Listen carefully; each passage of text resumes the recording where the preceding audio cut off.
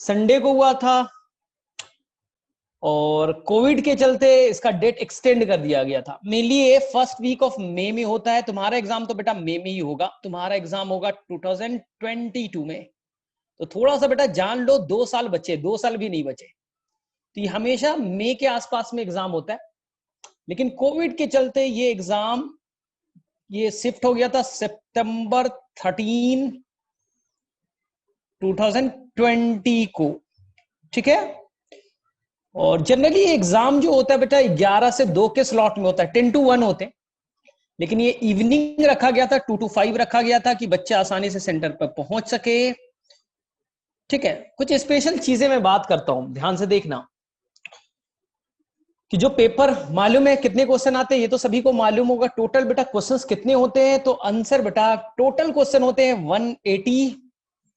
हर question के 4 marks होते हैं, तो टोटल बेटा 720 का ये पेपर माना जाता है।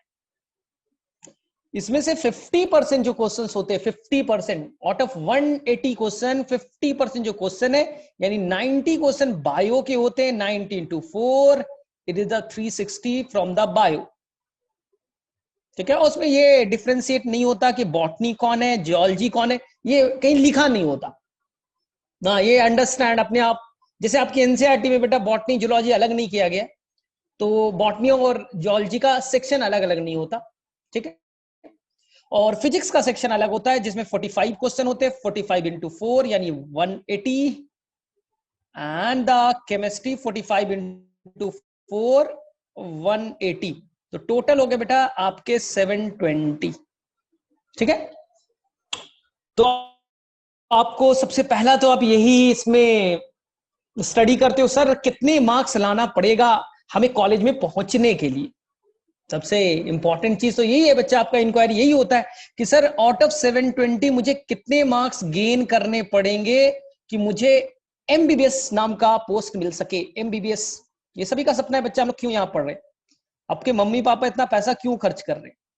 लोग बेटा कोटा जाते, दिल्ली जाते, क्यों जाते, टाइम पास करने के तो नहीं जाते कि बेटा मन नहीं लग रहा है कोटा चले जाते हैं 2 साल के लिए, या बेटा दिल्ली चले जाते हैं मन नहीं कर रहा है सर ऑनलाइन क्लासेस पढ़ लेते हैं। बोर्ड बेटा सेकेंडरी होता है, बोर्ड में तो अच्छे मार्क्स आ जाते हैं। आप घर पे भी पढ़ोगे, स्कूल्स में भी पढ़ोगे, तो आपके बोर्ड्स में तो एग्जाम में आ जाते हैं। आपका मेन बेटा लाइफ का, आपके घर वाले का, आपका एम होता है बच्चा 10th पास करने के बाद में एमबीबीएस में जाना। ठीक है। लेकिन उसमें भी रूल है, एमबीबीएस में जाना वो भी बेटा गवर्नमेंट, जो गवर्नमेंट कॉलेज है उसमें जाना इश्यू है। प्राइवेट में तो कोई भी जा सकता है। प्राइवेट में तो बेटा 720 में 120 जो मार्क्स लेते आएगा ना, वो भी प्राइवेट के लिए एलिजिबल है। 100 मार्क्स वाला भी बेटा प्राइवेट के लिए एलिजिबल है। जिसके 100 आ रहे वो भी एलिजिबल है, यानी कि पैसे के जोर पे कोई भी जा सकता है। हाँ, उसकी कॉस्ट है बेटा उसका 50 to 60 lakhs, 50 से 60 लाख उसका कॉस्टिंग पड़ता है अगर आपने एग्जाम में अच्छा परफॉर्म नहीं किया। अच्छा परफॉर्म नहीं किया, आपके मार्क्स बहुत खराब आए हैं, आपके मार्क्स बेटा 100 के आसपास आए हैं, फिर भी आपको डॉक्टर बनना है, go to the private medical college, बहुत सारे हैं इंडिया में, 100+ हैं, आप जाके कर सकते हैं। कॉस्ट बेटा 50 to 60 lakhs। बोले सर हमें नहीं जाना, इतना महंगा नहीं करना है सर, 50 to 60 lakhs कौन देगा, हमें इतना महंगा पढ़ाई नहीं करना है। तो सेकंड ऑप्शन है आपके पास बेटा कि गवर्नमेंट कॉलेज में आप जाके अप्लाई कीजिए। तो बोले अप्लाई कैसे कर देंगे सर, क्या है उसका क्राइटेरिया। तो गवर्नमेंट के लिए बेटा 2019 में जो मार्क्स रखा गया था बेटा, वो रखे गए थे 571 मार्क्स, जिसके आए थे 571 plus, the last one is a 571, जिसके 571 आए थे, और वो जनरल कैटेगरी का था। दादा जनरल कैटेगरी यानी ओपन कैटेगरी से कहते हैं, जिसका कोई मतलब कि कोई रिजर्वेशन वाली कैटेगरी में नहीं है, उनके लिए बेटा 571 मार्क्स थे। ठीक है। और जो लगता है बेटा ओबीसी में होंगे, जहां भी आप होते होंगे बेटा घर में पूछ लीजिएगा मम्मी पापा से, सर हम ओबीसी में है पापा या जनरल में क्या है। तो जो बेटा ओबीसी में उनको कोई फर्क नहीं पड़ता, ओनली द -5 to 6 मार्क्स, बस बेटा कितने का डिफरेंस है ओबीसी में, 5 to 6 मार्क्स बस। ज्यादा मार्क्स का डिफरेंस नहीं है बच्चा, कहीं कहीं तो ओबीसी को ज्यादा मार्क्स चाहिए और जनरल को कम मार्क्स चाहिए, कुछ स्टेट में ऐसा भी देखा गया। तो जो ओबीसी में है वो बेटा इतना टेंशन मत लीजिए, वो बेटा जस्ट इक्विवेलेंट टू जनरल ही आउट काउंट किए जाएंगे, यानी आपको भी चाहिए लगभग बेटा 571 ही, ठीक है। हाँ, जो बेटा शेड्यूल कास्ट में है और शेड्यूल ट्राइब में है, ये आपने थोड़ा सा पढ़ा होगा, शेड्यूल कास्ट और शेड्यूल ट्राइब में है, उनके बेटा थोड़े से मार्क्स कम होते, थोड़े नहीं देखते थे। तो पिछले बार बेटा उनके लिए 450% एमबीबीएस कॉलेज अलॉट हो चुका था, ठीक है। तो उनका थोड़ा सा रिजर्वेशन का कोटा था बच्चा। अब सभी के दिमाग में चल रहा होगा सर इस बार कितना जाएगा, क्योंकि अगर थोड़ा सा तुमने न्यूज व्यूज देखा होगा, थोड़ा सा फॉलो किया होगा, तो लोग बोले बेटा इस बार पेपर पहले से इजी। मैं इजी पे तो नहीं जा रहा हूं, लेकिन इस बार कट ऑफ क्यों ज्यादा जाना चाहिए उसका मैं रीजन बता रहा हूं। कट ऑफ विल इंक्रीज क्यों, उसका मैं एक वैलिड रीजन बता रहा हूं, एकदम सिंपल सा आंसर। इस बार बच्चा आपको सेल्फ स्टडी करने के लिए, मई में तो एग्जाम हुआ नहीं, तो आपका एग्जाम होता है बेटा सितंबर में, और जो पढ़ने वाले बच्चे उनको कितना टाइम मिल गया सेल्फ स्टडी के लिए, देख लीजिए उनको बेटा 4 मंथ्स, मई जून जुलाई अगस्त, 4 मंथ एक्स्ट्रा मिल गए जिससे वो अपने सेल्फ स्टडी को कर सके। तो माना जा रहा है बेटा जो अच्छे बच्चे होते हैं उनको कोई फर्क नहीं पड़ता कि लॉकडाउन था सर, ये नहीं था वो नहीं था, ठीक है। तो बेटा उनको, जो अच्छे बच्चे हैं उनको सेल्फ स्टडी करने का टाइम मिल गया, ऑनलाइन क्लासेस उन्होंने की। तो मेरे हिसाब से बेटा कि +10 मार्क्स और इंक्रीज होना चाहिए पिछले साल के कंपैरिजन में, यानी कि बेटा 580 is the safe score, 580 plus is the safe score for the MBBS. India के सबसे घटिया कॉलेज, मतलब लास्ट रैंक तुम्हारे आगे बेटा अंडमान निकोबार में मिल जाएगा, टेंशन मत लेना, अंडमान निकोबार में तुम्हें एमबीबीएस मिल जाएगा। बोले नहीं सर मुझे तो दिल्ली जाना है, एम्स में जाना है। मुझे नहीं जाना सर अंडमान निकोबार में, मुझे दिल्ली में जाना है, एम्स में जाना है ना, मुझे किंग जॉर्ज मेडिकल कॉलेज में जाना है जो लखनऊ में है, मुझे अच्छे college Maulana Azad medical college में जाना है, एएफएमसी में जाना है, हाँ वीएमसी में जाना है, वेल्लोर मेडिकल कॉलेज में जाना है। तो बेटा एम्स दिल्ली का रखा जाएगा बेटा कम से कम 680 प्लस,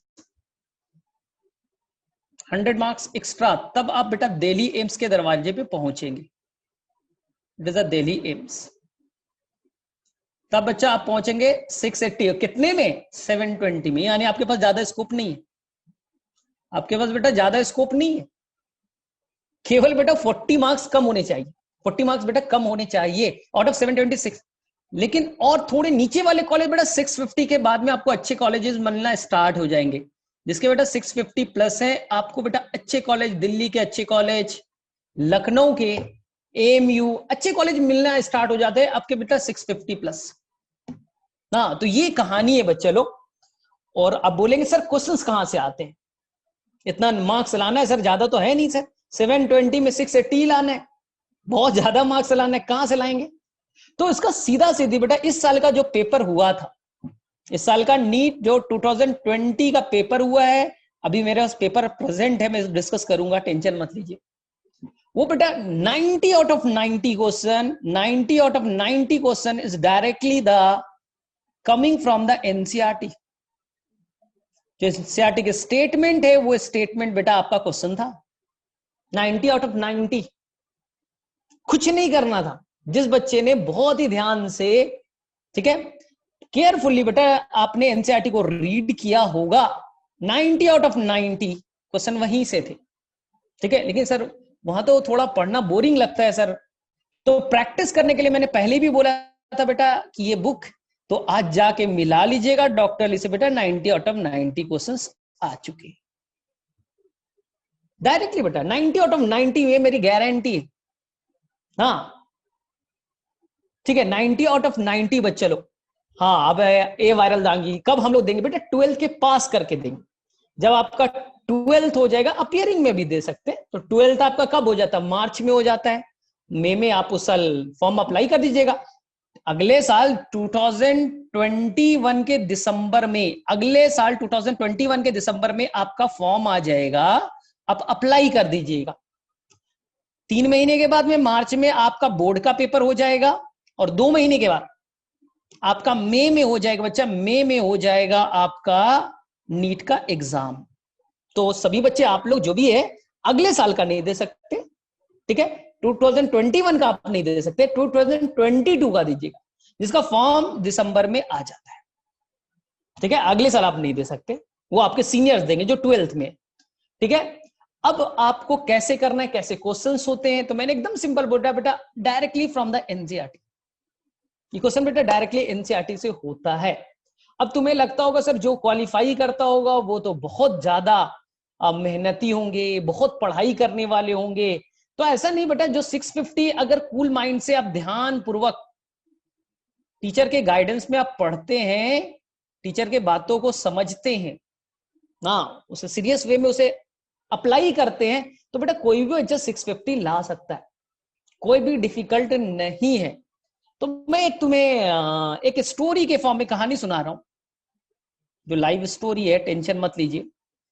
एक बेटा जो बच्ची है वो कैसे 650 प्लस करती है, स्कोर उसके कैसे आ रहे हैं, ध्यान से देखोगे कैसे उसने किया। तो मैं थोड़ा सा एक होगा, तो वहां पर बेटा आए थे टेरिडोफाइट्स, और टेरिडोफाइट में एनसीईआरटी में एक वर्ड दिया था बच्चा कि कुछ टेरिडोफाइट स्ट्रोबिलस और कोन्स बनाते हैं। देख लीजिए 50 नंबर क्वेश्चन को, कुछ टेरिडोफाइट्स जो लीफ होते हैं उसके गुच्छे बनाते ना, ग्रुप उसे स्ट्रोबिलस या कोन्स कहते हैं। एनसीईआरटी में बेटा 4 फिगर दे रखे टेरिडोफाइट्स के। सेकेंड फिगर में बच्चा लोग उसका फिगर भी है स्ट्रोबिलस और कोन्स का, और वहां पर नीचे में एग्जाम्पल लिखा है बच्चा लोग इक्विसिटम। तो एकदम एनसीईआरटी का वर्ड था, जिस बच्चे को याद था वो कर देगा, और जो इस बच्चे को नहीं याद है तो बेटा मुश्किल है, ठीक है। तो इसी तरह से अगर आप देखोगे, मैं बहुत सारे क्वेश्चंस आपको बताता हूं जो आपको मैंने पढ़ाया है, और आप उसका आंसर आपको पता होगा। फिलहाल के लिए एक 60 नंबर बेटा नहीं आता है, मान लो कि तुम्हें नहीं आता ये क्वेश्चन, फिर भी कैसे ये बना के आ सकते थे। कोई बच्चे इतना तो मालूम होता है कि बेटा cell wall material of fungi, कितना भी बेवकूफ बच्चा जाएगा नीट का एग्जाम देने, उसे एक लाइन तो याद होता है कि फंगस का सेल वॉल काइटिन से बना हो, इतना तो आप सभी को मालूम है। तो यानी कि सी का किससे मैच कर रहा है बेटा, थर्ड से। बाकी मुझे अभी नहीं आता, बाकी मुझे नहीं आता, चलो मैंने जो पढ़ा है उसी में बना रहा हूं। सी का बेटा थर्ड से कहां मैच कर रहा है, सी का देखो बेटा थर्ड से कहां मैच कर रहा है, केवल बेटा सेकंड में ही तो मैच कर रहा है। इतना तो आपको याद है कि फंगस का सेल वॉल किससे बना होता है, बोले सर काइटिन से, ये तो सबको मालूम है। तो यानी सी का थर्ड, बाकी मुझे मैच अभी नहीं कर रहा है। तो सी का बेटा थर्ड किससे मैच कर रहा है, केवल ऑप्शन 2 में। आंसर बेटा 2, आंसर बेटा 2, कुछ नहीं करना है, कुछ नहीं करना है बेटा, एकदम सिंपल सा, ठीक है। इसी तरह से मैं और बता रहा हूं कि जहां जहां से हमने किया है वो चीज मैं अभी बता रहा हूं। 67 बच्चा आपको नहीं पढ़ाया था क्या, एनसीईआरटी का वर्ड है कि जो रेड एल्गी होते हैं उनके अंदर बनते हैं बेटा फ्लोरिडियन स्टार्च। याद करो, ग्रीन एल्गी में क्या बनता था, सिंपल स्टार्च बनते थे। ब्राउन एल्गी में क्या बना था, कुछ लेमिनिरीन करके कुछ बनता था बच्चा, और रेड एल्गी में फ्लोरिडियन स्टार्च बनता था। एनसीईआरटी का साफ स्टेटमेंट था कि फ्लोरिडियन स्टार्च किसके तरह दिखता है। अगर आपने एनसीईआरटी आपके पास है भी तो आप रेड एल्गी में देख सकते हो, लिखा है बेटा they are similar to amylopectin और ग्लाइकोजेन। एनसीईआरटी का साफ स्टेटमेंट है, स्टेटमेंट पढ़ा जिसे याद है आंसर करके आ। लेमिनिरीन तो बेटा ब्राउन एल्गी में था, हाँ, मैनिटोल बेटा ब्राउन एल्गी में था, याद कीजिए लेमिनिरीन और मैनिटोल करके ना, और ग्रीन एल्गी में स्टार्च केवल थे ना, और जो रेड एल्गी में थे जो बनता था बच्चा का फ्लोरिडियन स्टार्च, वो दिखने में इमाइलोपेक्टिन और ग्लाइकोजेन की तरह दिखते। ये एनसीईआरटी का स्टेटमेंट था बच्चा, आपको आंसर करके आना था, एकदम सिंपल सा था। यहां देखो मैं और बता रहा हूं आपको, अगर आपने शायद बच्चा, कुछ बच्चे स्कूल्स में अभी बायोमोलिक्यूल शायद पढ़ लिया होगा, शायद बच्चा, कुछ किसने नहीं पढ़ा है कोई टेंशन नहीं। तो यहां दिया बेटा most abundant protein in animal world, जो बायोमोलिक्यूल चैप्टर है ना, ठीक है, उसका जो समरी है बच्चा, वहां पर 2 स्टेटमेंट लिखे। कि दुनिया में सबसे ज्यादा पाया जाने वाला प्रोटीन कौन है, तो उसका नाम है बेटा रुबिस्को। जब मैं आगे पढ़ाऊंगा ना तो मैं डिस्कस करूंगा। और दुनिया में सबसे ज्यादा पाया जाने वाला प्रोटीन एनिमल वर्ल्ड में कहा, एनिमल्स के अंदर में कौन सा है बेटा, उसका साफ स्टेटमेंट है बेटा कोलाजन। यानी कि एनिमल्स के अंदर में सबसे ज्यादा पाया जाने वाला प्रोटीन कौन है, कोलाजन। और ऐसे एनिमल्स नहीं है, पूरे दुनिया में सबसे ज्यादा पाया जाने वाला, वो पढ़ेंगे बच्चे लोग हम लोग, रुबिस्को नाम, रुबिस्को नाम होगा, ये याद रखिएगा ध्यान से। अब मैं बता रहा हूं आपको, जो मैंने पढ़ाया है उसी पे मैं केवल डिस्कस करूंगा आपको। 73 नंबर, आजकल आपने बेटा डाइजेस्टिव सिस्टम पढ़ा है ना, अब ये मत बोलना कि डाइजेस्टिव सिस्टम तो पढ़ा ही नहीं सर, वो तो मैम ने पढ़ाया तो भूल गए, नहीं बच्चे, डाइजेस्टिव सिस्टम पढ़ा था।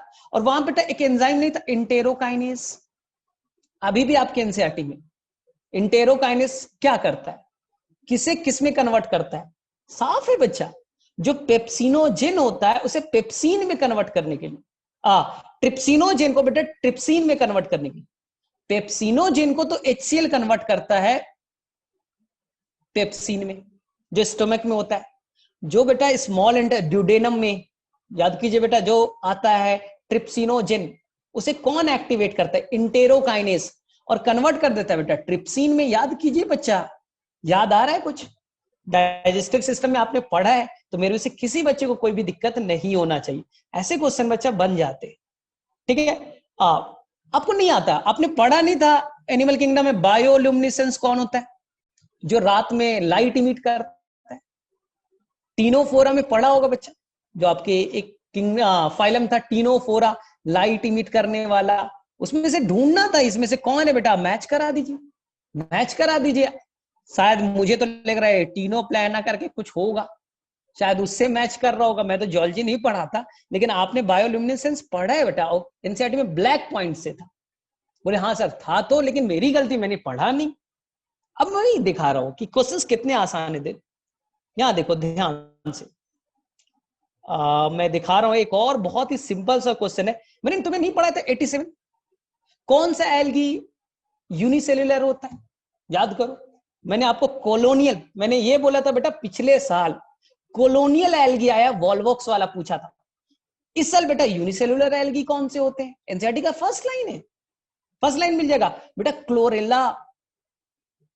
और मैं बोलता था बेटा क्लामाइडोमोनास एंड क्लोरेला ना, क्लामाइडोमोनास भी यूनिसेल्युलर है, क्लोरेला भी है बेटा, स्पाइरुलिना भी है, स्पाइरुलिना भी है। तो ये बेटा तीन जो एल्गी है वो यूनिसेल्युलर नेचर के। पिछले साल पूछा था कॉलोनियल कौन है, वॉल्वॉक्स वाला, इस बार पूछ दिया बेटा यूनिसेल्युलर कौन है, एनसीईआरटी का लाइन, कोई टेंशन नहीं बेटा, कोई टेंशन नहीं।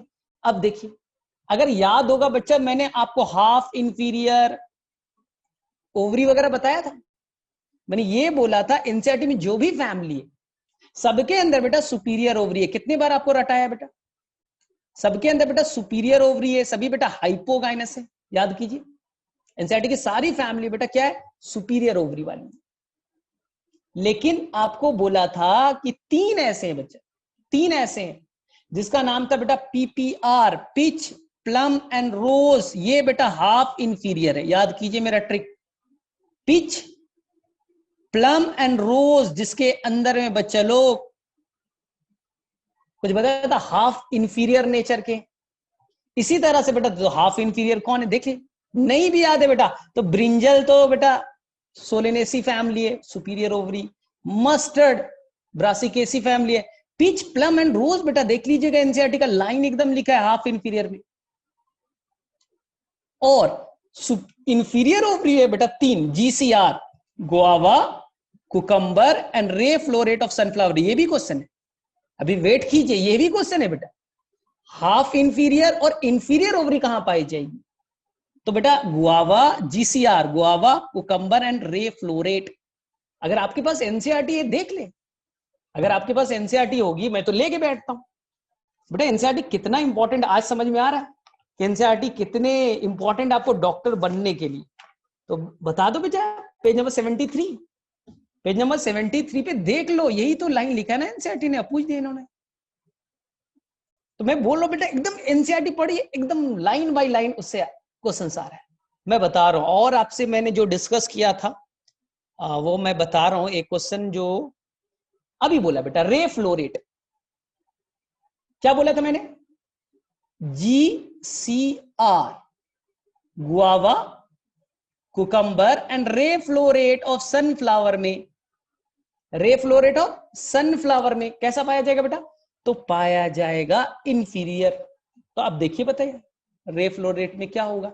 एनसीईआरटी में वापस से देखिए बेटा उसी लाइन में 73 में वापस से ये स्टेटमेंट गिवन है, यानी 73 से बेटा दो क्वेश्चन बन गए। 73 पेज नंबर पे जो आपका फर्स्ट पैराग्राफ है उसी से बेटा दो क्वेश्चन है। अब बोलिए बेटा अब गलती करेंगे तो किसकी, ये तो गलती करने का कोई चांस नहीं है ना, एकदम सिंपल से, ठीक है। अब देखिए और मैं दिखा रहा हूं, पिछले क्लास का मैंने पढ़ाया है, बताओ बच्चा ये क्या होगा, the root that originate from the base of the stem. अगर पिछला क्लास अगर आपने ध्यान से किया होगा तो मैंने क्या बोला था, ध्यान से सुनो, रेडिकल अगर बेटा बनाएगा रूट, ये बन गया बेटा टैप रूट और प्राइमरी रूट, रेडिकल से रूट बना टैप रूट और प्राइमरी रूट। अब ये टैप रूट और प्राइमरी रूट खत्म हो गए, टैप रूट और प्राइमरी रूट खत्म हो गया, और जो स्टेम है बच्चा, स्टेम है उसके बेस से बेटा फाइबर लाइक स्ट्रक्चर ओरिजिनेट हो रहे फाइब्रस रूट। एनसीईआरटी का साफ स्टेटमेंट बेटा, बेस ऑफ द स्टेम से जो रूट बनेगा, आंसर बेटा फाइब्रस रूट, आंसर बेटा फाइब्रस रूट। ये पिछले क्लास में आपको पढ़ा है, अब नहीं बोल सकते सर कि नहीं पढ़ा भूल गए, कैसे भूल सकते हो, पिछले क्लास में ही तो बताया है। और ये बेटा एकदम एनसीईआरटी देखिए, मॉर्फोलॉजी से कितने क्वेश्चन है, आप लोग सर मॉर्फोलॉजी पढ़ा रहे हो, अरे भाई क्वेश्चन से देखो ना, कितने सारे क्वेश्चन है मॉर्फोलॉजी से, इसे बड़ा इंपॉर्टेंट होगा। अब देखो और तुम्हें मैंने पढ़ाया, मैं बता रहा हूं, किसी बच्चे को नहीं आता बेटा, महा दुनिया का बेवकूफ बच्चा है, 101 नहीं बनाएगा बेटा, तुम डॉक्टर बनने लायक ही नहीं हो। 101 अगर ना बने तो बोले कैसे सर, अरे बेटा कितना बुरा, मलेरिया किससे होता है बेटा, 9th क्लास में पढ़ाया जाता है, आपने 9th में 8 में पढ़ा था, मलेरिया बेटा प्लाज्मोडियम से होता है। बस बेटा आप मैच करा दो मलेरिया प्लाज्मोडियम, बस बेटा छोड़ दो। डी का किससे मैच कर रहा है, सेकंड से, देखते डी का थर्ड गलत, डी का 4 गलत, डी का सेकंड एक ही से मैच कर रहा है बेटा, answer is the third, answer is the third. ये क्वेश्चन कैसे नहीं बना सकते हो, कैसे नहीं बनेगा आपसे, एकदम आसान सा है, ठीक है। अगर मेरी क्लासेस आपने स्टार्टिंग से की होगी बच्चा, सेल वाले भी चैप्टर आपने किया होगा, सेल वाला भी चैप्टर आपने किया होगा, तो मैंने हमेशा बोलता था कि बेटा रफ इंडोप्लाज्मिक रेटिकुलम प्रोटीन बनाएगा, स्मूथ इंडोप्लाज्मिक रेटिकुलम लिपिड बनाएगा, और ये बेटा प्रोटीन और लिपिड बनने के बाद they will transfer to the Golgi body. याद करो बच्चा, प्रोटीन और लिपिड कहां ट्रांसफर होंगे, गोल्जी बॉडी में, और इस गोल्जी बॉडी के अंदर मॉडिफिकेशन होगा, उस लिपिड में कुछ कार्बोहाइड्रेट जुड़ जाएंगे, उस प्रोटीन में कुछ कार्बोहाइड्रेट जुड़ जाएंगे, इसी को कहते हैं बेटा ग्लाइकोलिपिड और ग्लाइकोप्रोटीन बनना। कहां होता है, कहां होता है, एनसीईआरटी में वर्ड दिया बेटा, एकदम एनसीईआरटी का वर्ड है ये, प्रोटीन बनाया रफ इंडोप्लाज्मिक, कहां गया गोल्जी बॉडी में, ग्लाइकोलिपिड बनने के लिए, ग्लाइकोप्रोटीन बनने के लिए, इसी को हमने कहा था ग्लाइकोसाइलेशन, आंसर बेटा गोल्जी बॉडी। एनसीईआरटी का स्टेटमेंट है बच्चे, एनसीईआरटी ने साफ ये चीज लिखा है, हो गया आंसर, क्लियर है। और मैं दिखाता हूं, जहां तक हमने पढ़ा है उसी को हम लोग डिस्कस करेंगे ना। देखो ये क्वेश्चन कैसे कोई गलती कर सकता है बेटा, 109 का, वायरवाइड्स के बारे में बेटा कौन सा स्टेटमेंट करेक्ट है, याद कीजिए बेटा, वायरवाइड्स एनसीईआरटी में नहीं दिया है, बोले सर आपने तो प्रायोन्स भी पढ़ा दिया था, वायरवाइड्स भी हमें आता है। तो वायरवाइड्स में क्या बोला था, जो वायरस प्लांट पे अटैक करते, जो वायरस प्लांट पे अटैक करता है उसके अंदर जेनेटिक मटेरियल क्या होता है बच्चा लोग, सिंगल स्ट्रैंडेड आरएनए, इसने बेटा अटैक किया प्लांट पे और गलती से, अब इसके कैप्सिड, ये बाहर वाला कवरिंग बेटा कैप्सिड नहीं बन पा रहा है, प्लांट पे अटैक किया, अब इसके कैप्सिड नहीं बन पा रहे, तो केवल क्या बचा, genetic material single stranded RNA वाला, इसी को कहते हैं हम लोग बेटा वायरवाइड्स। कैप्सिड खत्म हो गए, कैप्सिड अब नहीं बन पा रहा है, केवल सिंगल स्ट्रैंडेड आरएनए, उसी को वायरवाइड्स कहते हैं। याद करो बेटा, टीओ डाइनर ने पहली बार देखा था, एक बीमारी कॉज करता है बेटा, potato spindle tuber disease, PSTD, potato spindle tuber disease. मुझे बता दो क्या होगा आंसर, बताओ बच्चा, 109 का क्या आंसर होना चाहिए, क्या होना चाहिए, एकदम क्लियर है। यानी कि ऐसा वायरस जिसके अंदर में कैप्सिड नहीं बेटा, नेकेड कहिएगा। जेनेटिक मटेरियल क्या है, सिंगल स्टैंडर्ड आरएनए। ठीक है, तो मेरा यही कहना है बेटा कि आप डरना नहीं है। और आजकल आप लोग शायद मुझे लग रहा है, आप बेटा रेस्पिरेटरी सिस्टम शायद पढ़ रहे हो, जहां तक मुझे लग रहा है। तो रेस्पिरेटरी सिस्टम का ये क्वेश्चन है बेटा 107 कि ऑक्सीजन जब ट्रांसपोर्ट होता है उसके लिए रॉन्ग स्टेटमेंट कौन से। ऑक्सीजन डिसोसिएशन कर्व पढ़ा है या? पहले मुझे बताओ, सर्कुलेटरी सिस्टम पढ़ लिया क्या तुम लोगों ने? सर्कुलेट तुम्हारा क्या चल रहा है, जूलॉजी में क्या चल रहा है? सर्कुलेटरी पढ़ लिया है तो बेटा आंसर तुम्हारे आने चाहिए ना, आंसर तो अब आया ना चाहिए क्या? तो बेटा ये वाला हमने बनाया, पढ़ा तो होगा आपको, मैम ने बताया होगा बेटा। ठीक है, तो ये मैम ने नहीं बताया था कि जब बेटा रॉन्ग स्टेटमेंट पूछना है, low PCO in alveoli favour the formation of oxyhaemoglobin. Oxyhaemoglobin कब बनेगा, जब बेटा ऑक्सीजन का लेवल ज्यादा हो और CO2 का कम हो।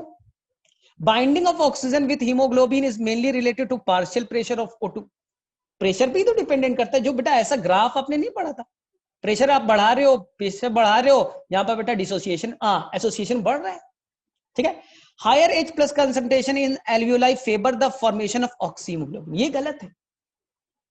ऑक्सीजन के जुटने के लिए बेटा 4 क्राइटेरिया होते हैं, मुझे इतना तो याद है। टेम्परेचर कम होना चाहिए, आप जुड़ना है ना, हीमोग्लोबिन से ऑक्सीजन को जुड़ना है बेटा, ऑक्सीजन हीमोग्लोबिन बनना है, तो टेम्परेचर एक कम होना चाहिए। दूसरा बेटा पीएच क्या होना चाहिए, ज्यादा होना चाहिए, कम नहीं बेटा, ज्यादा होना चाहिए। पार्शियल प्रेशर ऑफ O2 ज्यादा होना चाहिए, ऑक्सीजन का कंसंट्रेशन ज्यादा होगा तभी तो ऑक्सीजन से जुड़ेगा। और CO2 का कंसंट्रेशन PCO2 यानी पार्शियल प्रेशर ऑफ CO2 बेटा कम होना चाहिए, तभी तो ऑक्सीजन का एसोसिएशन होगा। यहां क्या लग रहा है, higher H plus in alveoli favour the formation of ऑक्सीमोल। नहीं बच्चे, डिसोसिएशन के लिए H प्लस ज्यादा चाहिए। याद करो, याद आ रहा है, एनसीईआरटी का स्टेटमेंट है बच्चा, और मैं दिखा दूं कहां पास है। मैं जॉलजी तो नहीं पढ़ाता लेकिन आपको याद तो दिला दूंगा। किसी बच्चे को समझ में आया कहां पास ये गिवन है? देख लो एनसीईआरटी में बेटा 274 पेज नंबर 274 पे बेटा ये स्टेटमेंट गिवन है। आया समझ में या भूल गए? हाँ, सिग्मॉइड कर्व वाला। हाँ उदयन, ठीक है, हायर H प्लस चाहिए। यहाँ लिखा बेटा lower H plus, higher H plus मतलब क्या हो गया, एसिडिक कंडीशन। एसिडिक नहीं चाहिए बच्चा, बेसिक चाहिए जुड़ने के लिए। तो मेरे से याद आ रहा होगा, देखो ध्यान से।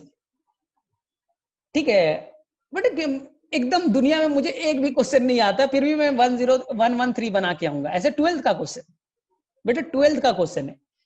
अब पढ़ के बताओ तो क्या आंसर होना चाहिए। Which of the following region of the globe exhibit higher species diversity. सबसे ज्यादा जंगल कहां पाया जाएगा, इस 4 ऑप्शन में बताओ तो। सबसे ज्यादा फॉरेस्ट कहां पाया जाएगा? आप आजकल सुनते हो ना बेटा, अमेजन में, ब्राजील में बेटा फायर लग गया, आग लग गई बेटा, पूरा एरिया खत्म हो रहा है। कितना पूरा वर्ल्ड का एक बेटा बहुत बड़ा प्रॉब्लम है। ट्रॉपिकल रीजन में जो भी होगा बेटा डायवर्सिटी ज्यादा होगा, क्योंकि यहाँ पर सनलाइट ज्यादा आता है, टेम्परेचर ज्यादा होता है, खूब सारे फॉरेस्ट बनते हैं बेटा अमेजन के फॉरेस्ट में। इसे तो कहा जाता है बेटा अर्थ, लंग्स ऑफ द अर्थ। अर्थ का 20% ऑक्सीजन यहीं से आता है। ये क्लास 12th में ऐसे पढ़ना है, लेकिन कोई भी बच्चा क्लास 6 का, बोलो बच्चा नहीं भी आता है, ठीक है, क्लास 6 का बच्चा भी आंसर कर देगा सर ये, सर ये समय ना इक्वेटर पे आते हैं सर, तो ये अफ्रीका वाले और इधर सर साउथ अमेरिका वाला है, डायवर्सिटी ज्यादा होगी। ठीक है, अब देखते हैं तुम लोग कितना बेटा तुम लोगों ने किया। ये वाला बताइए तो बेटा 114, identify the correct statement with reference to human digestive system. पढ़ा तो है ना digestive system. Vermiform appendix arise from duodenum, ऐसा है क्या? मुझे नहीं मालूम, आपको करना है। Ileum open into the small intestine, मुझे तो लगता है बेटा ये लार्ज इंटेस्टाइन में ओपन होता है, ऐसा कुछ है क्या? इलियम, रेक्टम, क्या क्या होता है? Serosa is the inner most layer of the alimentary canal, शायद म्यूकोसा होता है, क्या होता है? Ilium is the highly coiled part, क्या होना चाहिए आंसर?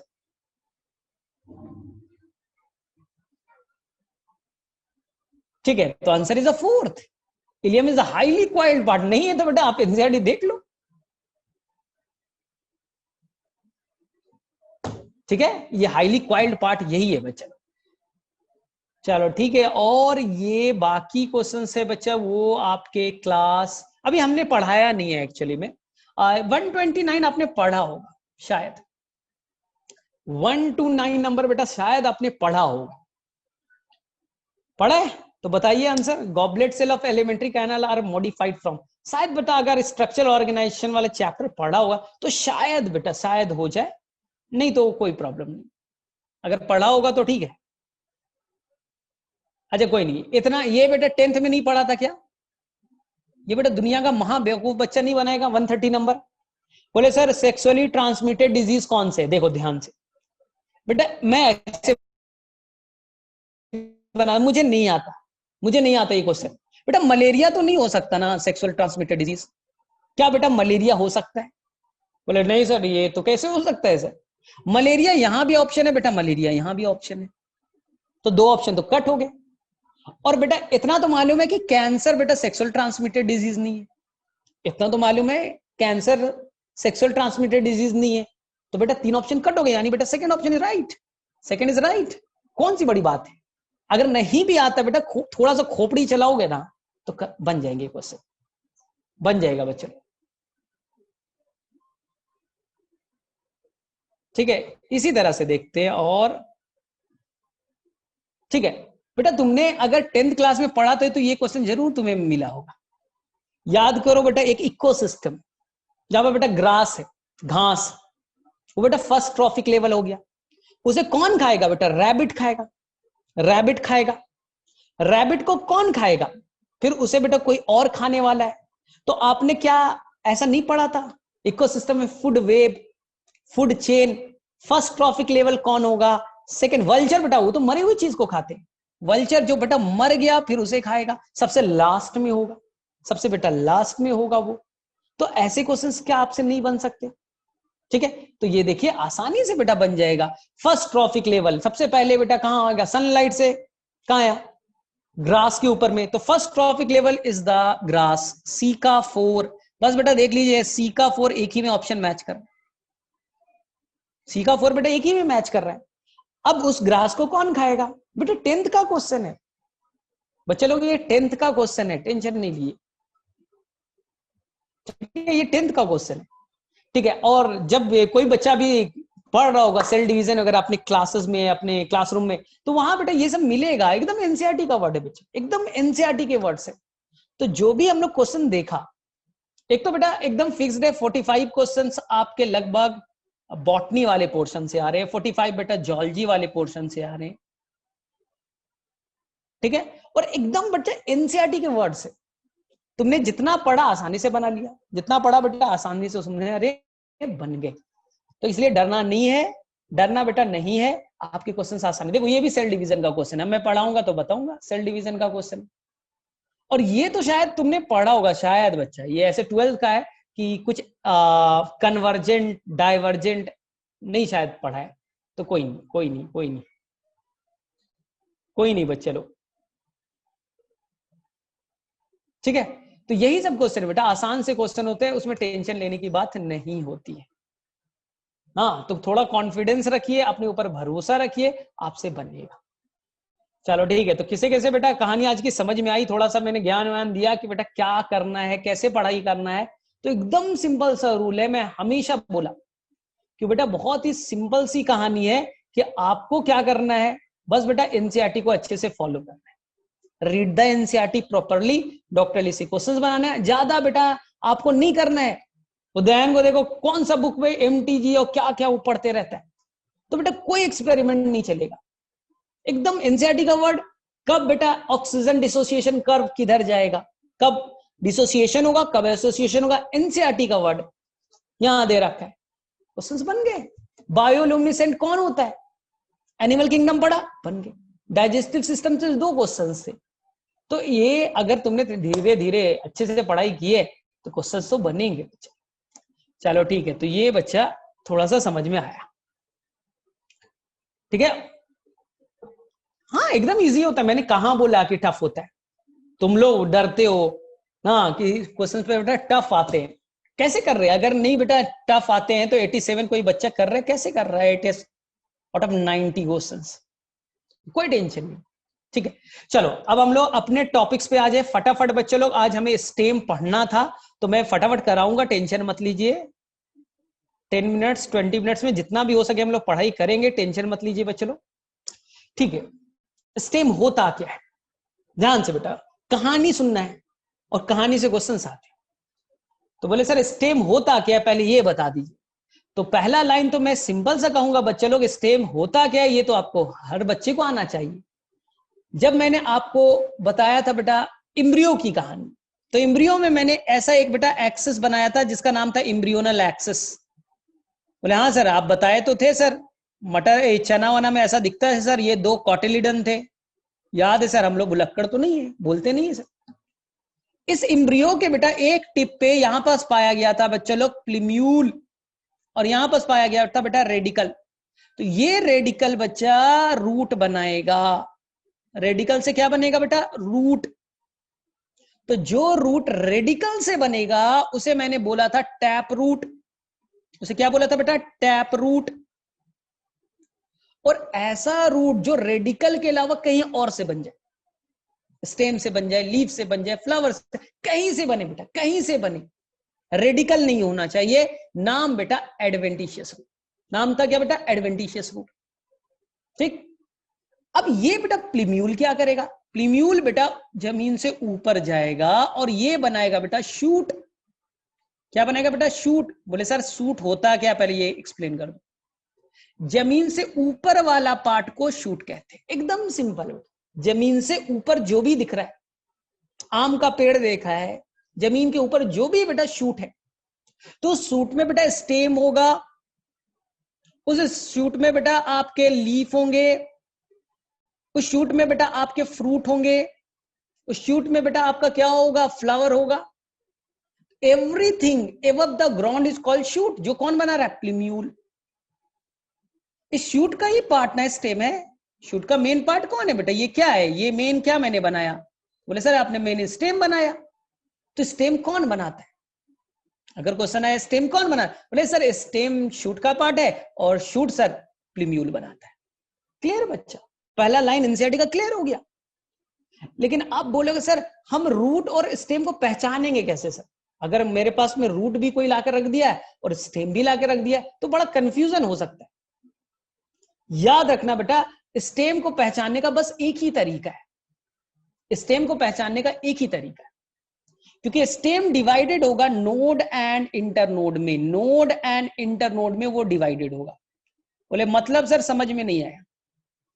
स्टेम का एक्सक्लूसिव फीचर बेटा एक ही, नोड और इंटरनोड में डिवाइड। बोले सर क्या होता है नोड इंटरनोड, देखिए ये बेटा जमीन, मिट्टी, मिट्टी के नीचे रूट, मिट्टी के ऊपर बेटा ये स्टेम मैंने बना दिया। ठीक, स्टेम, शुगर केन देखा है, सबसे आसान example sugar cane. Sugar cane में देखिए कुछ कुछ जगह पे बेटा ऐसे गांठ हो जाती है, हार्ड पार्ट हो जाता है। शुगर केन अगर बचपन में खाया होगा, अभी बूढ़े नहीं हुए हो, खाए होगे, तो बेटा कुछ गांठ होता है, हार्ड पार्ट होता है, वो दांतों से नहीं टूटता आसानी से, और ये कहलाएगा बेटा node. This is called the node. जो हार्ड पार्ट है उसे नोड कहेंगे, सिंपल। और जो दो नोड के बीच होगा, दो नोड के बीच होगा, उसे इंटरनोड कहेंगे। एकदम सिंपल सा डिफिनेशन बेटा। व्हाट इज अ नोड, जो हार्ड पार्ट है, गांठ वाला, और दो नोड के बीच क्या है, इंटरनोड। और इस स्टेम से, इस नोड से कुछ भी ओरिजिनेट हो सकता है बेटा। यहां से बर्ड्स बन सकते हैं, जिससे बेटा बाद में फ्लावर बन सकता है। इससे बेटा लीफ बन सकता है, नोड पे लीफ बन सकते हैं। नोड से बेटा ब्रांच बन सकता है। तो नोड से कुछ भी चीज ओरिजिनेट कर सकता है। अगर तुमने कभी भी देखा होगा बच्चा, अपने आप कहीं से लीफ नहीं बनते। लीफ बनने के लिए, बर्ड्स बनने के लिए, ब्रांच बनने के लिए स्पेशल एक पॉइंट है बच्चा लोग, जिसका नाम है नोड। नोड, वहीं से बेटा सभी चीज ओरिजिनेट होता है। और दो नोड के बीच क्या है, इंटरनोड। रूट में ये डिवीजन एब्सेंट होगा, रूट में ये इस तरह का डिवीजन बेटा एब्सेंट होगा। They are not divided into node and internode. ये स्टेम का फीचर। अब मैं पूछता हूं स्टेम क्या होगा बेटा, जमीन से ऊपर या जमीन से नीचे? बोले सर जमीन से ऊपर होगा, कौन सी बड़ी बात है।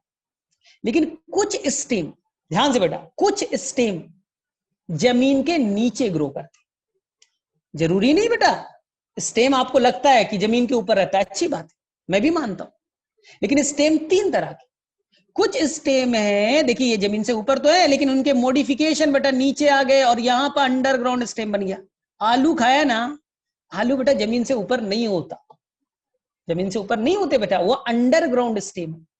ये बेटा देखिए ये ऊपर वाला एरियल स्टेम तो है, अब नीचे में आ गया बेटा। सर क्यों आते सर, रीजन बताओगे आप? फूड को स्टोर करने की, ऊपर खाना वाना बनाओ, किचन है बेटा, ऊपर में किचन है, और खाना ला करके बेटा नीचे में स्टोर कर दो अंडरग्राउंड स्टेम में। आपने टर्मरिक देखा है, ठीक है, जिंजर देखा है बेटा, जिंजर, टर्मरिक, ये सब क्या है बेटा, स्टोर है, उसके अंदर क्या है, आप खाते हो, क्यों खाते हो, उसमें स्टोर्ड फूड है इसलिए तो खाते हो। तो बोलेंगे सर ये कहां रहता है, जमीन के नीचे रहता है बेटा, अंडरग्राउंड स्टेम। तो एनसीईआरटी में 4 एग्जांपल दिया बेटा अंडरग्राउंड स्टेम के, याद कर लो ना। बोले सर कौन कौन से, एकदम आसान है। लाइफ में बेटा पोटैटो तो खाया होगा, बोले हाँ सर अंडरग्राउंड स्टेम है। बोले सर पोटैटो में तो नोड इंटरनोड नहीं दिखता, आपने तो बोला था कि स्टेम होगा तो नोड इंटरनोड होगा, दिखता है, तुमने ध्यान से देखा। बोले सर कैसे, अभी बेटा थोड़ी देर एग्जाम अभी क्लास के बाद आलू निकाल करके देखना घर पे, और कुछ बेटा आइस के तरह स्ट्रक्चर आपको दिखेंगे, आइस के तरह बेटा स्ट्रक्चर दिखेंगे ऐसा। हाँ सर दिखता है, वही बेटा नोड है, वही बेटा नोड है, वही बेटा नोड है, वही बेटा नोड है, जो आइस की तरह स्ट्रक्चर दिख रहा है ना वो बेटा नोड है, और बाकी बेटा इंटरनोड है।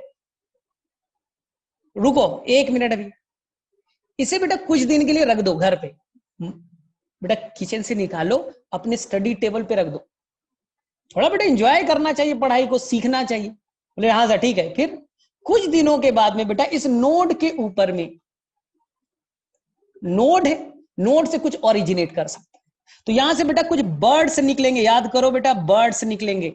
आपको दिखता है, आलू को छोड़ दो 1 हफ्ते के लिए, 15 दिनों के लिए, यहां से व्हाइट कलर का बेटा बर्ड्स वर्ड्स निकलना स्टार्ट हो जाएगा, और इस बर्ड को लो बेटा जमीन में लगा दो, नया बेटा पोटैटो बन जाएगा। ये एक तरह का वेजिटेटिव प्रोपगेशन है, रिप्रोडक्शन का एक तरीका है, जो आई से, वापस से सुनो, जो पोटैटो में जो आई लाइक स्ट्रक्चर है बच्चे लोग, वो नोड है, नोड है बच्चे। और नोड वो जगह है जहां से कोई चीज ओरिजिनेट कर सकता है, लीफ हो सकता है, बर्ड्स हो सकते हैं। तो आलू को छोड़ दो ना 15 दिनों के लिए, आपको इस नोड के ऊपर में कुछ बच्चा बर्ड निकलते हुए दिखेगा, और इस बर्ड को बेटा काटो और अपने पॉट में लगा दो, नया बेटा बन जाएगा, क्या, नया पोटैटो प्लांट बन जाएगा, पूरा स्ट्रक्चर बन जाएगा। बोले सर बिना सीड का बन जाएगा, यही बेटा बिना सीड का नया प्लांट बनना, वेजिटेटिव प्रोपगेशन। तो स्टेम से आप नया प्लांट तैयार कर सकते हो। इसलिए किसान क्या करता है, पोटैटो लेता है, उसके छोटे छोटे आंख को निकाल लेता है, आइस को निकाल लेता है, इच आइस नोड, नोड से क्या बनेगा, बर्ड्स, और बर्ड्स बेटा नया प्लांट को ओरिजिनेट कर देता है। हाँ तो बोले सर और कहां दिखेगा सर अंडरग्राउंड स्टेम, क्या बोला बेटा, टर्मेरिक, टर्मेरिक में देखना, इसमें भी आप खाते हो बच्चा, क्यों खाते हो, क्योंकि बेटा खाना स्टोर्ड होगा अंडरग्राउंड, जमीन के नीचे रहता है। हाँ इसके अलावा मैंने क्या बोला, जिंजर, जिंजर, और बेटा जोश में गार्लिक भी मत कर देना, जिंजर गार्लिक का पेस्ट वेस्ट मत बना देना। हाँ बेटा लहसुन मत लिख देना, गार्लिक मत लिख देना, क्योंकि गार्लिक के अंदर में, गार्लिक के अंदर में बच्चा लोग आप जो खाते हो वो लीफ खाते हो, वो मॉडिफाइड लीफ है बच्चा। जो ओनियन है बेटा, प्याज है, वो क्या है, यहां देखो वो क्या है बच्चा, प्याज को कभी देखना ध्यान से, आज प्याज भी निकाल लेना। प्याज में बेटा यहां पर जो होते हैं ना, यहां पर ये बेटा जो रिड्यूस्ड स्टेम है, ये बेटा ये रिड्यूस्ड स्टेम है, और यहां से देखिएगा, यहां से बेटा रूट लाइक स्ट्रक्चर ओरिजिनेट करता है, स्टेम से रूट बन रहा है, एडवेंटिशियस रूट। तो जो आपका प्याज है, प्याज में देखिएगा नीचे में बेटा कंडेंस जो पार्ट है, ये बेटा आपका स्टेम है, कंडेंस्ड हो गया, और यहां से क्या निकल रहा है बेटा, रूट निकल रहा है, छोटे छोटे निकलते रहते हैं, आपको दिखेगा। और इस नोड के ऊपर स्टेम में क्या होता है बेटा, नोड, नोड से निकलेगा बड, बीच में हो गया बेटा बड, बोले ठीक सर।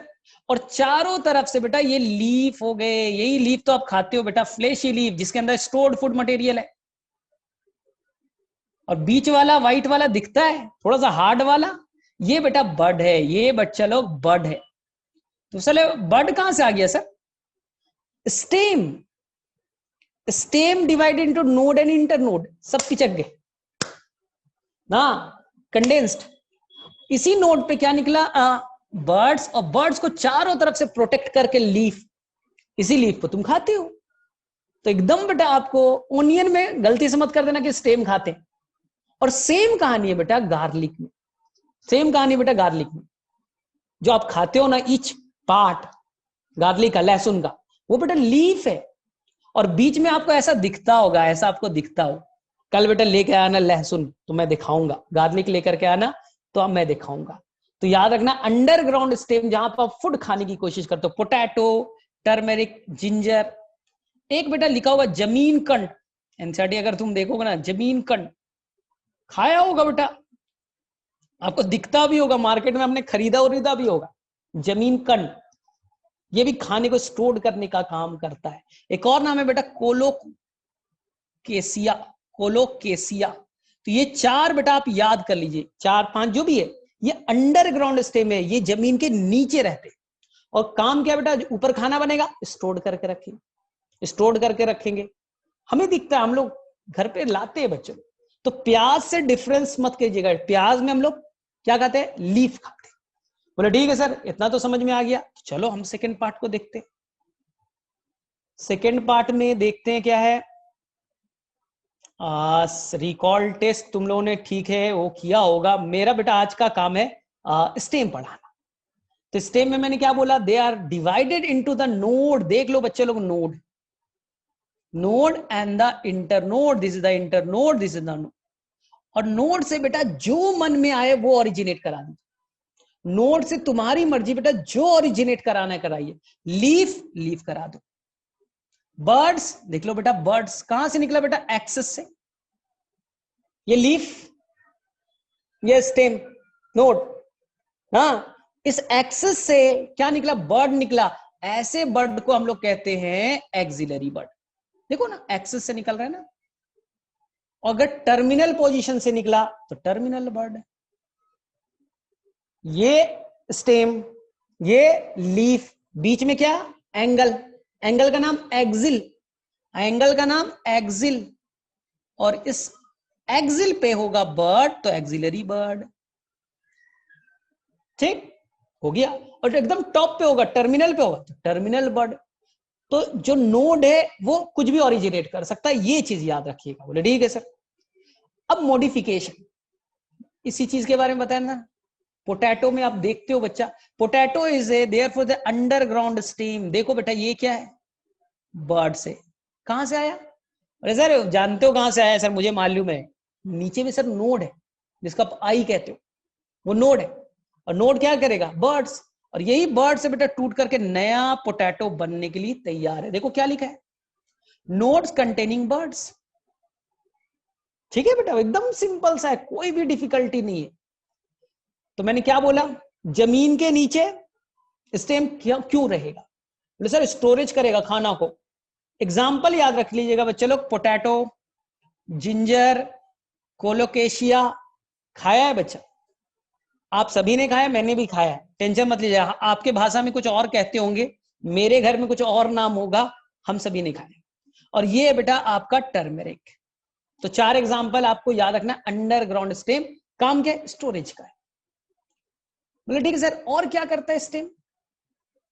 अगर बेटा आपने कुकम्बर देखा है, पंपकिन देखा है, तो ध्यान से देखो, ध्यान से देखो, ये आपने स्टेम बनाया। बोले ठीक सर, बना दिया स्टेम। ये बेटा नोड है, बोले ठीक है सर, नोड है। अब यहां से लीफ बना, बोले हाँ सर ये सब आता है, टेंशन मत लीजिए। ये बेटा क्या, एक्सिलरी बर्ड, बोले हाँ। ये एक्सिलरी बर्ड बेटा ग्रो करके इस तरह का स्प्रिंग लाइक स्ट्रक्चर बन जाता है। 100% आपने देखा है। कुकम्बर अगर देखा होगा, पंपकीन को अपने घर में आसपास में कहीं लगाए बेटा, देखिए। तो ये क्या है बच्चा, ये जो एक्सिलरी वर्ड है स्टेम का ही पार्ट है, नोड से ओरिजिनेट किया, स्टेम का ही पार्ट है, और वो इस तरह से बना दिया बेटा, उसका नाम है टेंड्रिल। सर किस लिए, किस लिए होगा बोलो? सपोर्ट के लिए। प्लांट बेटा पंपकिन का पतला दुबला पतला सा उसका स्टेम बेटा टूट जाएगा, उसे सपोर्ट चाहिए जिससे बेटा वो दूसरे प्लांट पे दूसरी जगह बेटा ग्रो कर सके।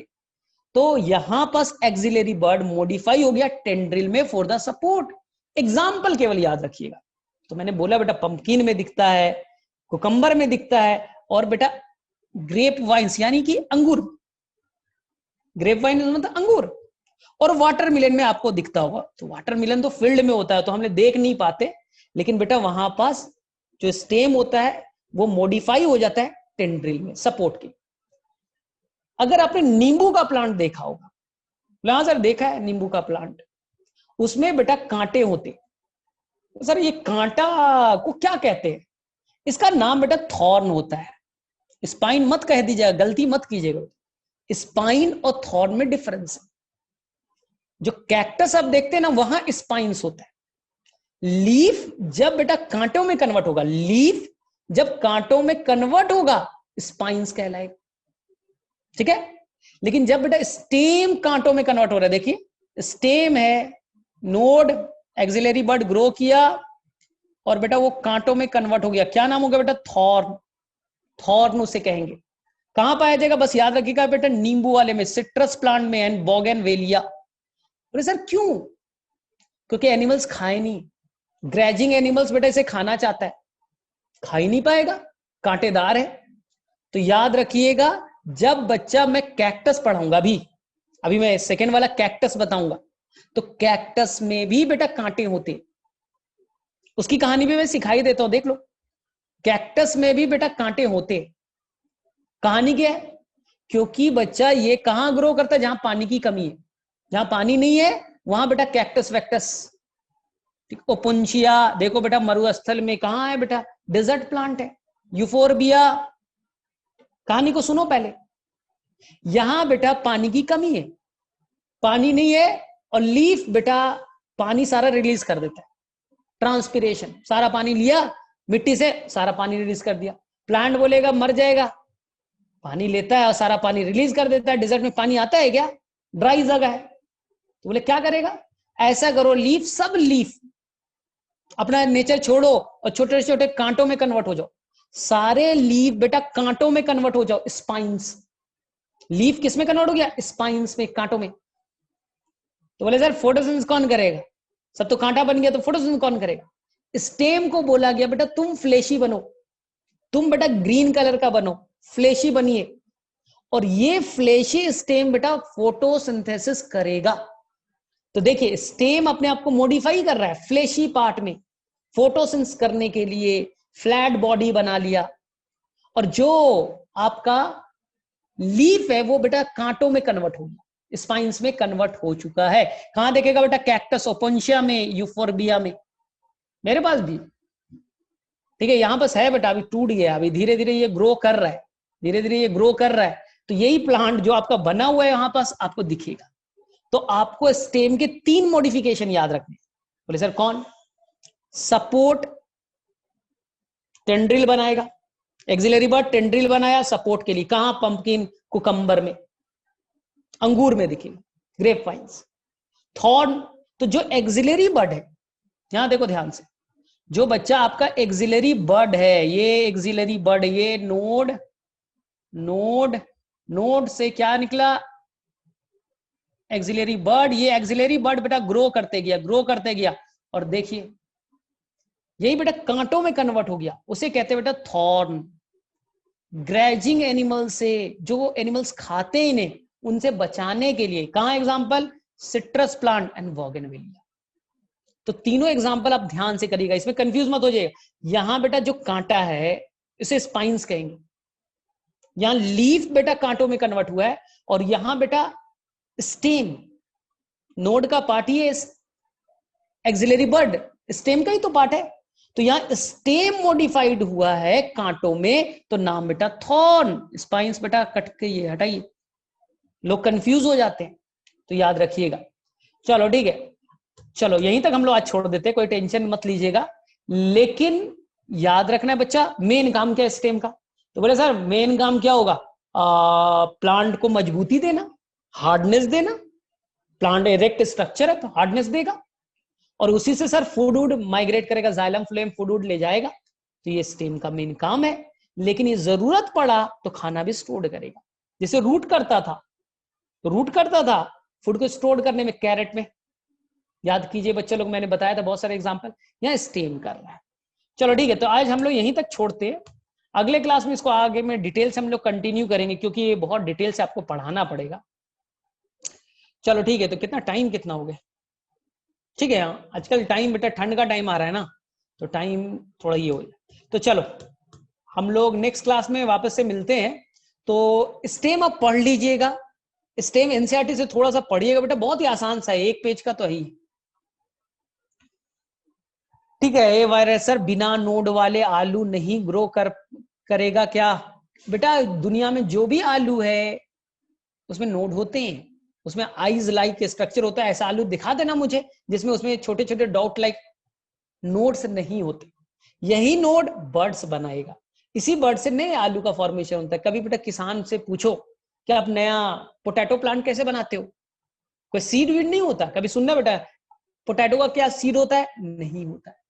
बनाना का सीड होता है, बनाना में तो सीड ही नहीं होते, तो कैसे ग्रो करता होगा? स्टेम से ही बनाते।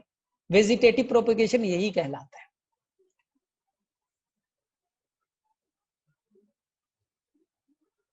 ठीक है, आकांक्षा थोड़ा सा बेटा रिसर्च करो कि जो रोज में है वो बेटा थॉर्न है या स्पाइन्स है।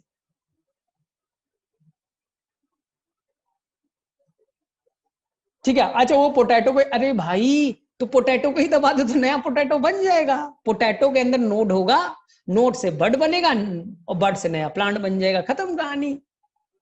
या तो बेटा केवल बर्ड काट काट के डाल दो, या छोटे आलू ही डाल दो। तो समझ में आ गया ये वायरल? आप या तो पूरा का पूरा पोटैटो डाल दो, नया पोटैटो प्लांट बन गया, या तो पोटैटो के छोटे छोटे पार्ट बना दो। फायदा क्या? उस पोटैटो से 10 प्लांट बन जाते। लेकिन तुमने क्या किया? एक ही पोटैटो से एक ही प्लांट बनाया। ये तो बेवकूफी हो गई। चलो ठीक है, plant growth inhibitor root synthesize कर सकता है। प्लांट ग्रोथ इनिबिटर, अगर तुमने देखा होगा प्लांट ग्रोथ इनिबिटर कौन है, अगर तुमने देखा होगा कि प्लांट में हार्मोन दो तरह के, एक हार्मोन ग्रोथ को बढ़ाता है प्रमोटर, एक ग्रोथ को घटाता है इनिबिटर। तो इनिबिटर का काम नहीं है बच्चा, इनिबिटर का काम रूट को बढ़ाने का काम नहीं है, उसे घटाने का काम है। तो तुमने अगर लिखा है plant growth inhibitor root synthesis कर सकता है, तो आंसर नो। प्लांट ग्रोथ जो प्रमोटर होता है, जैसे मेनली बेटा इथाइलिन, इथाइलिन क्या करता है? रूट के फॉर्मेशन को बढ़ाता है, रूट हेयर बनाता है, नया रूट बनाता है। तो वो बेटा प्रमोटर नहीं, वो है इनिबिटर नहीं, वो बेटा प्रमोटर है।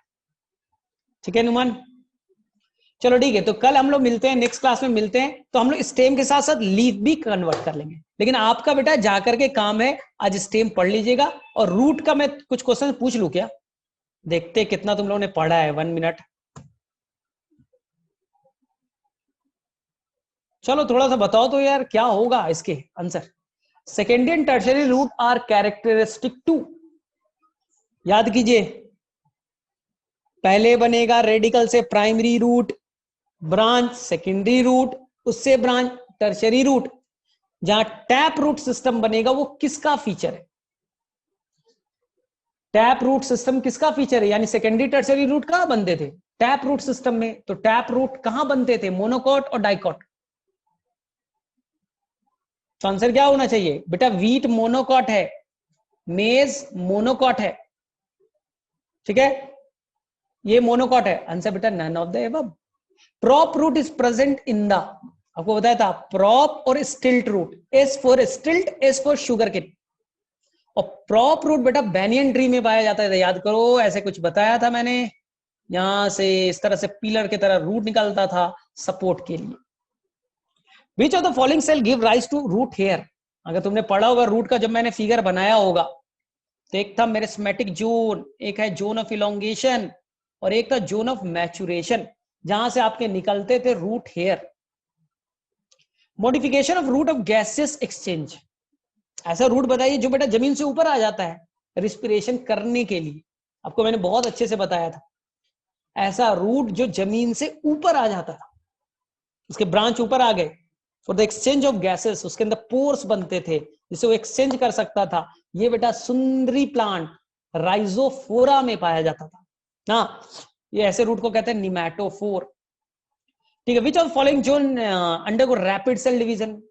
तो रूट के 4 पार्ट्स थे। सबसे ऊपर रूट कैप जो प्रोटेक्शन के लिए यहां पर थे बेटा, जहां पर सेल लगातार अपने आप को डिवाइडिंग फेज में रखना पसंद करते थे, जोन ऑफ मेरिस्मेटिक जोन या जोन ऑफ सेल डिवीजन, जहां पर सेल लगातार डिवाइड करेंगे, zone of meristematic zone. Answer is the P. ठीक है, तो देख लीजिए, ये आई थिंक सभी का आंसर यही आया होगा।